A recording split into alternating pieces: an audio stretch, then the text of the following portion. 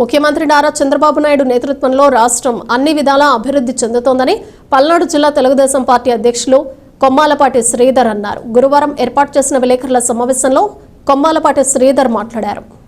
గత వైసీపీ హయాంలో గ్రామంలో ప్రజలు అన్ని రకాలుగా ఇబ్బందులకు గురయ్యారని, వాటిని అధిగమించేందుకు కూటమి ప్రభుత్వం కృషి చేస్తోందని తెలిపారు. రాష్ట్ర రాజధాని అమరావతి కోసం 85,000 కోట్ల రూపాయలు నిధులు సమకూర్చారని తెలిపారు. అదేవిధంగా రైల్వే జోన్ విశాఖపట్నంలో ఏర్పాటు చేసే విధంగా కేంద్రంతో ఒప్పించారని అన్నారు.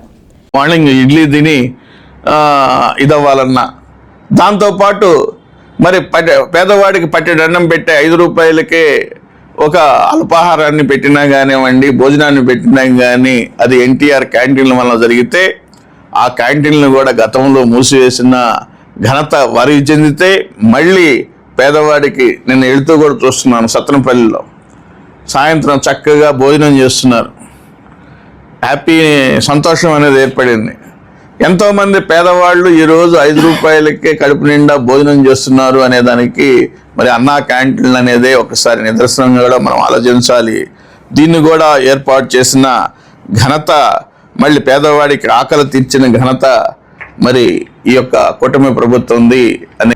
అదేవిధంగా ఎక్కడికో వెళ్ళారు, చదువుకొని డిఎస్సి కంప్లీట్ చేసి ఉద్యోగాలు రాక ఇబ్బందులు, డిఎస్సినే ఇవ్వని ప్రభుత్వం గతంలో. ఓ మాటలో చెప్పాలంటే ఎంతోమంది రోడ్డు మీద పడ్డారు.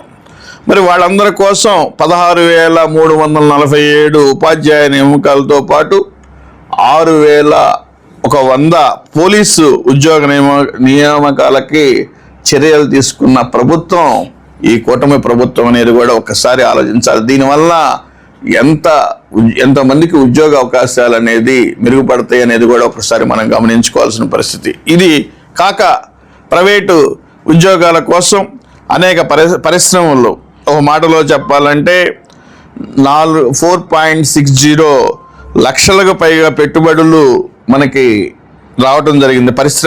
పరిశ్రమల రావటం వలన 5 లక్షల మందికి మరి ప్రత్యక్షంగా ఉద్యోగాలు దొరకడానికి అవకాశాలను ఉన్నది. ఇదే కాదు, ప్రజలందరూ ఈ రాష్ట్రంలో ఏదో జరుగుతుంది అనే ఆలోచనతోటి ఒక 5.5 సంవత్సరాల క్రితం మరి అనేక ఆశలు పెట్టుకొని ఓట్లేస్తే 5.5 సంవత్సరాల్లో ఒక 5 సంవత్సరాలు ఎటువంటి పరిస్థితులకి దిగజారిపోయాయో, ఆంధ్రప్రదేశ్ యొక్క తెలుగువాడి యొక్క ఖ్యాతి ఏ విధంగా దిగజారిపోయింది భారతదేశంలో, అదేవిధంగా అభివృద్ధి ర్యాంకింగ్ ఏ విధంగా కుంటుపడిందో,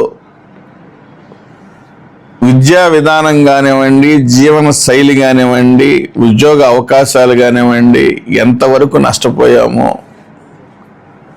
ఒక 5 సంవత్సరాలు అనుభవించిన ప్రజానీకానికి కక్షలు, కార్పణ్యాలు, వాటితోటి జైలు పాలైన వ్యక్తులు ఎంతమంది ఎన్ని రకాలుగా ఆలోచనతోటి విసిగిపోయారో. మరి గత 6 మాసాల్లో ప్రజలు ఇచ్చిన తీర్పుకి 6 మాసాలు ఒక కూటమి ప్రభుత్వానికి తెలుగుదేశం పార్టీ గౌరవ